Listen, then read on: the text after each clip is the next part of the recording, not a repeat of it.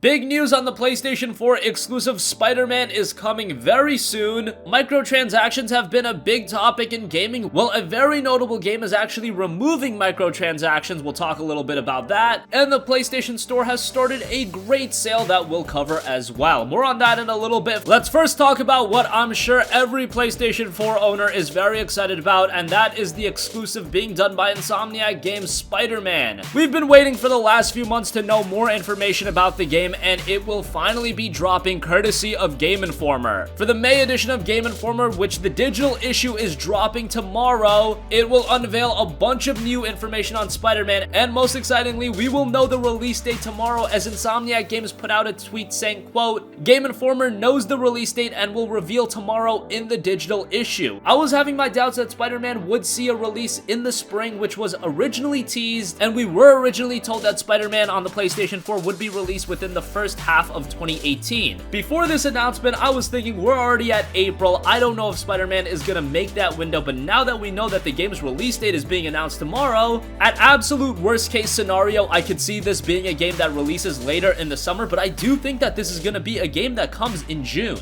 And that's great to see, because that means with the months of April, May, and June, we are going to have a massive PlayStation 4 exclusive every month. This month, of course, we have God of War, and don't forget, we have Yakuza 6 as a PS4 exclusive too. In May, we've got Detroit Become Human, and in June, hypothetically, we could have Spider-Man on the PlayStation 4. Those are all massive games, and it does kind of leave you wondering, what does Sony and the PlayStation 4 have planned for the fall? Originally, Days Gone was set to be that big fall 2018 game. That has, of course, been delayed until 2019. Even if the PlayStation 4 doesn't have a big exclusive for the fall, it's not the end of the world. Look at all the third-party games we have coming in the fall. We have Red Dead Redemption 2, Kingdom Hearts 3, Call of Duty Black Ops 4. There's a lot of games coming in the fall, so not having a major exclusive during that time period isn't the end of the world. I'm sure we'll have a lot of smaller exclusives anyway. We've got upcoming Japanese titles that'll be PlayStation 4-centric titles, but we might just not have that marquee game for the fall. Anyway, I don't really care. The sooner I get to play Spider-Man, the better. I don't want them holding off on releasing this game until the fall. We've been waiting on this game for so long, and it looks to be one of the PlayStation 4's defining experiences, and I'm just so excited to play it. Hopefully, with tomorrow's drop of the digital issue of Game Informer, we also get a lot more new gameplay details, but of course, the main thing we're excited for is the release date reveal. Let us know your predictions of what you think that release date will be. Again, me personally, I do see it being a mid-June release. Whatever is announced, we will be sure to keep you guys updated, so stay tuned.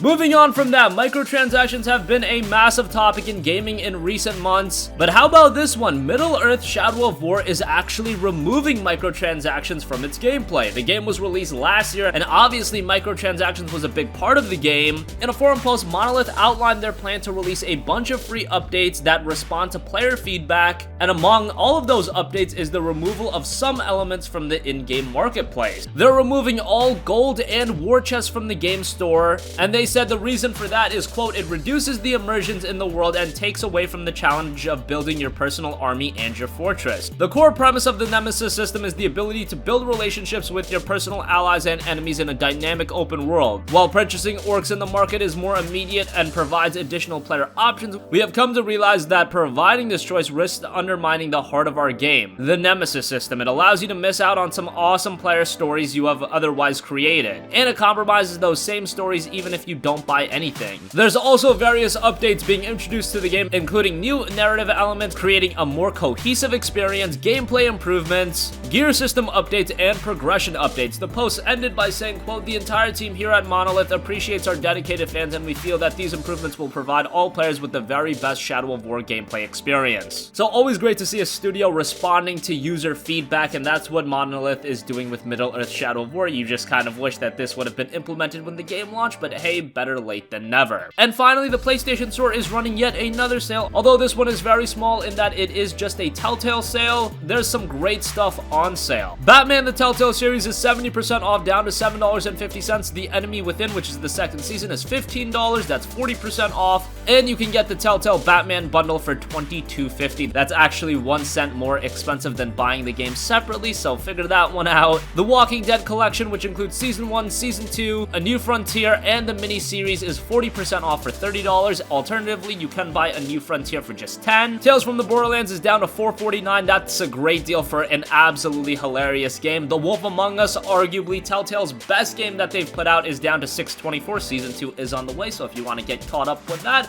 that is a great pickup. Again, personally, I think that is Telltale's best creation. And just about every other Telltale game is on sale, including 7 Days to Die, and you can pick up the Telltale Mega Collection for a whopping $78. That's probably not going to be everyone's purchase, but if you do want to get everything, hey, you can do that. So that is going to conclude this video. Let us know your thoughts. What do you think about the huge Spider-Man news that is going to be dropping tomorrow? A release date and probably a bunch of new gameplay details. I cannot wait. Are you still playing Middle-earth Shadow of War? And what do you think about the game removing some of its microtransactions, as well as seeing a bunch of other gameplay updates? Let us know your thoughts on that. And make sure to check out that PlayStation Store Telltale sale. There's a lot of good stuff on sale. All of these games have been on sale before, but you can never go wrong with games such as The Wolf Among Us, The Walking Dead series, Tales from the Borderlands, all good stuff. So sound off with your thoughts in the comments section down below. Thank you for watching, and goodbye.